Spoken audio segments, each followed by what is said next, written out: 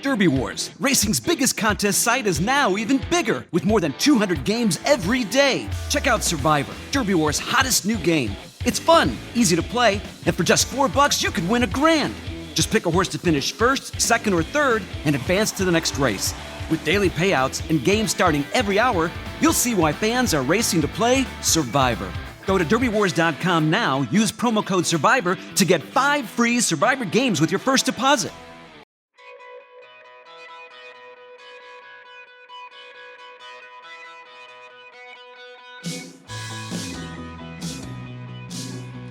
Welcome to another edition of HorseCenter, everyone. I am Brian Zipsy. We're talking Kentucky Derby here today with my partner, Matt Schiffman, the co-host from the East Coast. How are you today, Matt? I'm great, Brian. We got a big show to get to today, so let's roll. It's a really big show, Matt. Let's jump right into the showdown in South Florida, the Florida Derby. Nyquist, Mo Heyman, 11 for 11 combined. Something had to give, Matt, and it sure did, and his name was Mo Heyman. Yep, it absolutely was. And you know what? I have to give the connections of Nyquist a lot of credit because they treated the Florida Derby like the way we were all thinking, that it was basically going to be a match race between Nyquist and Mo Heyman. And they used that good old match race strategy that back in the day when there were match races, and the strategy was always get out quickly, get to the gate, and take control of the race. And that is exactly what they did. Mario got that horse out of the gate quick, and he had no concern about the horses that were running with him. He knew he had them handled easily. He took control of the race, and that's the way it played out. I'm a little disappointed in Mo Heyman's performance. I know he was wide, but he never fired in there, and that was a disappointment. Was it the racetrack? I don't know. We'll see. Hey, Matt, you got to give credit to Nyquist. Nyquist, I agree with you. Nyquist took it to the race early and even floated Mo Heyman out a little wide on the far turn just for a little match race fun. But there's no doubt who was the best horse on this day. It was Nyquist. It was the undefeated 7 for 7 juvenile champion. He keeps doing it. People keep doubting him to some extent, and he keeps getting it done in impressive style. He was a little in and out down the stretch, but still, no doubt about it, he was much the best. Getting back to Mo Heyman, though, if you look at Fellowship was no match for Mo Heyman in 2 straight races down in Florida. And then in their 3rd race together, all of a sudden he goes right by Mo Heyman. I have to think Mo Heyman didn't run his best race. Maybe that's an obvious thing, but can he bounce back in Kentucky? Can we just draw a line through this Mo Heyman race? Yeah, that's the big question, Brian. And, I guess a lot of us will draw a line through the race, and we're not going to know until May 7th to see if he bounces back in the Derby, or is it going to be later on? Horses have bounced back. They've had a bad race before the Derby, not often, but there has been several horses that have lost their last race or haven't looked great in their last race and then bounced back to win the Derby. So it's doable, but certainly we all lost a little bit of confidence in Mo Heyman, but the confidence in Nyquist continues to grow. Matt, I thought Majesto is a horse. He reminds me a little bit of Orb. That's crazy to say because Orb was a Florida Derby and Kentucky Derby winner, but Majesto's steady progression through all these races in Florida, maybe he's a horse. He's bred to go long. Maybe he's a horse getting good at the right time and can pop up and run a good race at the Derby. Yeah, no question about it, Brian. And, I remember back a few years ago, I'm not making comparisons, but people lost confidence in Secretariat after his loss on the Derby Trail too. Yep. We're not completely through with Mo Heyman, but we can't have quite as much confidence as we did going into the Florida Derby. But the Nyquist train keeps on a rolling, Mr. Schiffman. Speaking of rolling, the winds were rolling at Turfway Park on Saturday afternoon. I was there for the Spiral, and it was crazy winds, 40 miles an hour, constant just gusts. I don't know what it did to the race. A Ramsey Maker horse named Oscar Nominated shifted from turf to win this race. There were 5 horses within a length at the finish. Makes me think that none of them will be on the board in the Kentucky Derby. Surgical Strike, who was third, I actually thought was the best horse, as he was 8 or 9 wide coming into the turn. Any Derby hopes for any of these horses, Matt? No, I agree with you, Brian. I don't think so. The thing that I found interesting was that Oscar nominated was 23-1. So was Ken Ramsey betting or was he not betting? Because if he was betting and he went off at 23-1, imagine what he would have been if Ramsey wasn't betting. Yeah, and he, frankly, he wasn't one of my top horses, but I didn't think he should be 23-1 either. It was a wide open race. Maybe Ken Ramsey kept the wallet close to the vest this day, Matt. But his horse, Oscar nominated, won the Spiral. Not Triple Crown nominated, so they're going to have to pony up 200,000. Maybe Ramsey will find someone to split half the bill with him if he can split half the Triple Crown winnings. I don't know. We'll see. Matt, let's jump into something that people always, every single day on a daily basis now as we get into April, I get asked about a new top 10 list. Let's unveil them for the folks out there watching us now. I saw your list and you saw my list before the show today. I can't believe how similar they are, Matt.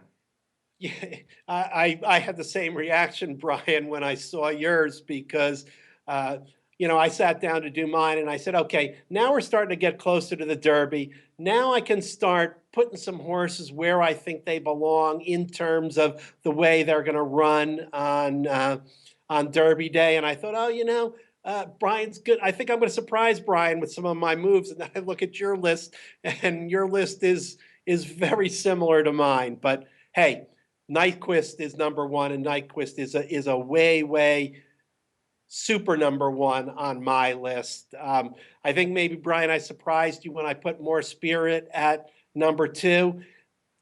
I'm kind of thinking that he needs to show me. I put him number two. I think he can show more. I wasn't that excited about his last performance, but you know what? It's Baffert and it's showtime, and I'm expecting to see More Spirit put in close to 100% effort this time. And I think he's a horse that that will be bettable on Derby Day. I didn't know what to do with Mohaymen, honestly. We already talked about it, Brian. So I kind of drew a line through the race and put him at number three. Yeah, Mohaymen at number 3 makes a little sense. We both think that he has better than he showed in the Florida Derby, but there are questions for sure now. Wouldn't surprise me if he bounced back, but then again, it wouldn't surprise me if he ran 7th or 8th. Right now, I have him 3. One of the things the Florida Derby did for me, actually, Matt, is it kind of bunched the field up a little bit. Nyquist is a clear number 1. He deserves to be number 1, and I'm surprised that he wouldn't be the number 1 pick of anybody writing a Kentucky Derby list on credentials. However, I don't necessarily think he's unbeatable come the first Saturday in May. And again, I might sound like a Nyquist hater, as people want to call other people out there, but wonderful horse, super consistent, 7 for 7. We can go on and on. The Florida Derby was big, but frankly, I think there's at least a good a chance that he loses the Kentucky Derby. Well, I think there's a better than 50-50 chance that he loses the Kentucky Derby, and that's my opinion. There's 19 other horses in there, and I don't think he's necessarily far and away the best. The thing about Nyquist that I like so much is that he just wins. He knows how to win, and horses like that are not that common.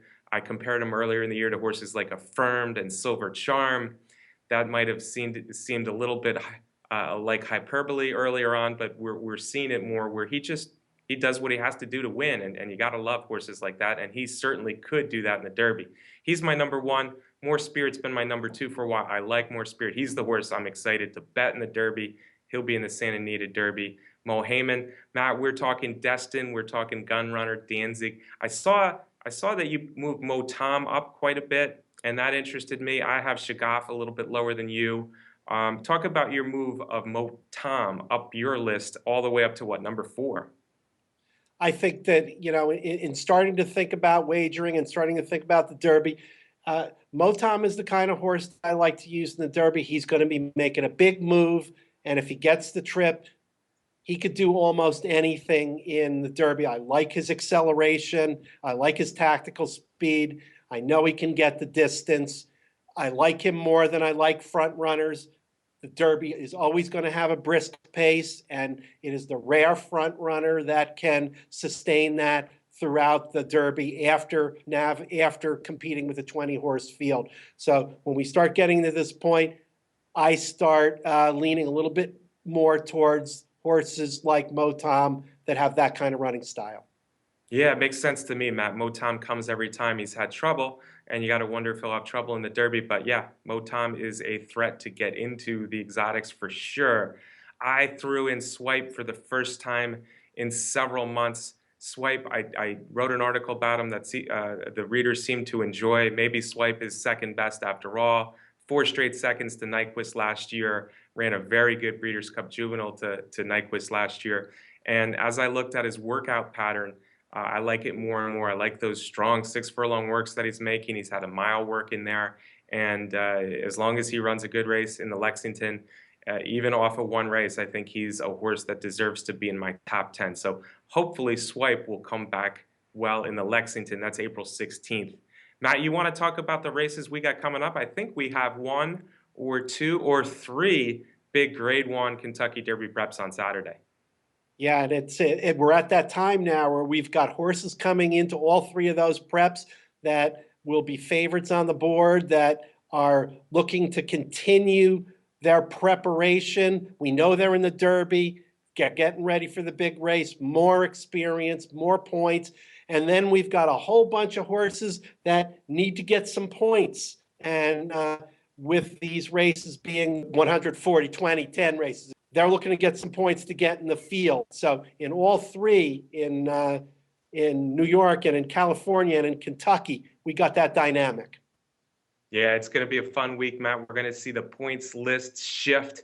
We're going to see horses that are in the bottom 5 fall out of the top 20, and we're going to see a bunch of horses outside the top 20 currently move right in. And then we're going to have to play the musical chairs and the waiting game to see who gets into the Derby. So that's one of the stories today. By the way, what you said about experience and education, their last chance before the Kentucky Derby, is exactly why I like More Spirit so much. I think he's being educated. I think he's getting experience, 1.25 mile horse. But I digress, because now we're going to talk about the Santa Anita Derby. Oh, by the way, Matt, More Spirit is in there. Danzig Candy and Exaggerator, the enigma that is Exaggerator. The top 3 from the San Felipe are meeting in the Santa Anita Derby. Matt, who do you like? I like More Spirit, and like I said earlier, Brian, I think this is the time Baffert's getting this horse ready to run. He had a really fast workout, which is Mr. Baffert saying it's time to tighten the screws. I think that we're going to see the best performance of the career of More Spirit. I was a little surprised to see Exaggerator in there. You know, after his previous race, they were talking about maybe it's time to get off the Derby trail, but I guess they decided one more shot. Exaggerator is a talented horse, Matt. I think both of us agree on that. And it was a strange San Felipe where he fell so far back. He made a huge move and then he hung. I think Exaggerator still has a lot of talent. It wouldn't surprise me if he ran a very good race in the Santa Anita Derby. Having said that, I think he's got the 3rd best chance to win. Danzig Candy is dangerous speed, improving dangerous speed on that Santa Anita main track that favors speed generally. 9 furlongs. They're talking about some rain out there this weekend. That could throw a monkey wrench into things. But I'm with you. I think More Spirit again. I said this before the San Felipe. I think he's the horse to beat. Having said that, as a Kentucky Derby gambler, I don't know that I need him to win. If he again rallies for second, it's going to be a different picture come Kentucky Derby. Different race dynamics, different distance, of course. So I don't mind More Spirit rallying up and getting beat again, especially if it's the Danzig Candy. Now, looking at the rest of the field, it looks like it's going to be small, but there are some horses with speed coming out of sprint races. So Danzig Candy might have a little bit more company, and that could set it up for the other 2 a little bit more this time. Yep, absolutely. The Wood Memorial, Matt, you're going to be there. It's at Aqueduct. It's Saturday. It's $1 million. Last year, Frosted won it. Who's going to win it this year, Mr. Schiffman? Well, we've got that kind of setup that I mentioned. We got Shagaf going in, who's 3 for 3, already qualified for the Derby. Chad Brown was talking about how Shagaf is a little bit of a quirky horse, and he needs the experience that he's going to gain in this race. Whether Chad will have him cranked up for 100% here, I'm not sure. But Matt King Cole is in there, and we both have liked Matt King Cole. He's got no Derby points. He has to run a big race, and we know he's going to be ready to roll. Ran a great allowance race. He's been behind the 8 ball a little bit since he broke his maiden last year, but Linda Rice is saying that it's all systems go. He's going to be ready, so I look for Matt King Cole to run a big race. We got Outwork in there from the Pletcher barn. He ran a great race in the Tampa Bay Derby, pushing Destin. He's got 20 points. Could use a little bit more in there. Flexibility, who showed a lot early on the Derby Trail in New York, needs some points, and that's another one from the Chad Brown barn. But I'm probably leading towards Matt King Cole in here. Matt, out of all the ones you mentioned, you didn't mention, by the way, another enigma, much like Exaggerator in the Santa Anita Derby. I'm going to put Aventus into the enigma pool. He's a horse that we just don't know really how good he is. He's found some issues, he's found some trouble, but he's found a way to finish fast in the last 2 preps for the Wood Memorial. So don't throw out Aventus. Having said that, I can't pick him as my top pick. I think the most talented horse in the race is indeed Matt King Cole. 7 furlong workout recently was really good. I've thought this horse is very good all along. He's speed horse, so is Outwork. Maybe Outwork's the most, maybe I'm wrong, and Outwork is the most talented. Certainly done nothing wrong. Since his early debut last year, and then his return in the Tampa Bay Derby, as you mentioned, was excellent. A lot of respect for Shagaf. I don't know how good Shagaf is. Shagaf really looks like a horse that has more to give yet, that we haven't gotten to the bottom of the tank with Shagaf. I love his breeding, I love his looks, and I like the way he finished the Gotham. Maybe Shagaf is the horse to beat in here, and I don't think Chad Brown doesn't want to win the Woods, so I would expect him to run a good race. I'm not on Flexibility any more than you. A nice New York bred, but I don't think he's a Wood winner. So for me, it'll be interesting to see the pace. If Outwork and Matt King Cole go at it a little bit, really does set it up for Shagaf. Maybe Aventus pops in there. Interesting race.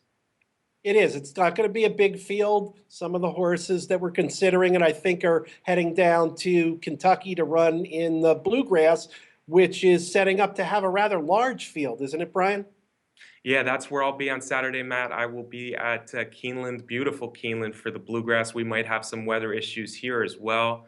Could be cold rain for the Bluegrass on Saturday, unfortunately. Zulu, much like Outwork, we really don't know yet how good he is. Zulu seems to be a little bit hard to handle in the mornings.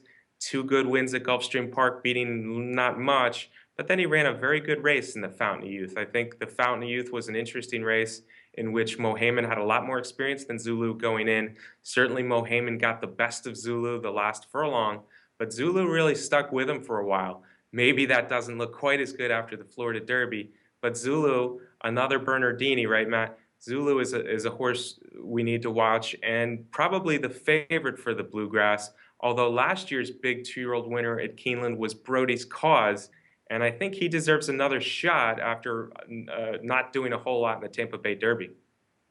Yeah, I agree. Brody's Cause is on the track where he has done his best running in the Futurity last year, and then in the Breeders' Cup Juvenile, where he ran a good race also. So those things should help Brody's Cause, but he's got to step up and show more in here. Cherry Wine is another horse who might be in the race, who also needs to show more. We've got that interesting Eric Guillot horse, Loban, in the race, who we know is going to ensure a brisk pace. Yeah, I think Eric Guillot is working on some sort of Creole Cajun mix brewing up here at Keeneland. Yeah, Lauban, I think, is one of the horses to beat, actually. I thought he was a good play in the Gotham at the odds, even though he was a maiden, and he ran a very good race in the Gotham, putting away Sunny Ridge before eventually Shagaf got to him. Yeah, Lauban's dangerous. We didn't mention My Man Sam was the horse coming fast at Matt King Cole last time for Chad Brown. My Man Sam looks like a very good up-and-coming horse. I'm even looking at a horse like Donegal Moon. I think this race could set up for some odds, and that one strikes me as a horse that could get good at the right time and surprise some people. So the Wood, Santa Anita Derby might be as easy as 1, 2, 3, but both the Wood and the Bluegrass seem to be more wide open races with several potential winners and several new point collectors on the road to the Kentucky Derby, Matt. Yeah, and the big trainers with the big stables, they got their horses running. Pletcher's got them out to get the points and maybe up his Derby runners from 2 to 4 or 5. And Chad Brown's got his horses going to try and up his numbers in there. And Baffert's going to have his out ready to go. So it'll be interesting to see when the dust settles after the next couple weeks, Brian, how many horses out of the 20 in the Derby field come between Baffert and Chad Brown and Todd Pletcher. Yeah, maybe throw Dale Romans in there too. We don't know yet. It's wide open still, Matt. Lots of horses could get in. Lots of horses could fall out. Speaking of Dale Romans, he unveiled a filly in March named Go Maggie Go. She debuted in March. She came back less than 3 weeks later to win the Gulfstream Park Oaks. But I still don't think she's one of the big four. The big four fillies, though, are all running this Saturday, Matt. We have Songbird and the Santa Anita Oaks, probably the lone wolf out there just rolling again. But at Keeneland, we have an interesting matchup in the Ashland Stakes. Yeah, absolutely. What a good field in that race, Brian. Rachel's Valentina is making her 2016 debut. And boy, shouldn't find an easy spot to come out running. But again, if she's going to get into the Oaks, she needs to get some points. And that kind of puts her behind the 8 ball. But with the brilliant and dazzling Catherine Sophia in there, it's a tough task. And we got Karina in the race also. Yeah, Karina, Mia, Rachel's Valentina certainly were 2 of the top 2-year-old fillies in the country last year. Neither have raced yet this year, so they'll be debuting in the Ashland. And like Matt said, alluded to, I think that's a tough test to come first off the bench to win the Ashland, mainly because it looks like it's going to be a short field. But with Catherine Sophia looking so good, if she can take her game that she showed in the Northeast late last year and then at Gulfstream Park earlier this year, Catherine Sophia is the filly to beat in the Ashland. But Rachel's Valentina, Korea Mia, both of them look to have almost limitless potential at the end of last year. So that should be interesting. And Matt, you're picking an upset in the Santa Anita Oaks, did I hear you tell me? Yeah, the only upset in the Santa Anita Oaks will be if Mike Smith rides Songbird throughout the whole race. The only upset will be, does he have to ask her to run beyond the clubhouse turn? The only upset will be, Matt, the trainers of the other horses taking on Songbird in the Santa Anita Oaks. Folks, that's another show. That's another Kentucky Derby Watch show here on HorseCenter. We really appreciate you joining us each and every week here on Horse Racing Nation. Thank you, Matt, for joining me today. I appreciate it. My pleasure, and thank you everybody that's been watching the shows on the Derby Trail. And of course, thank you to our moving along producer, Ember Mar. See you next week, folks.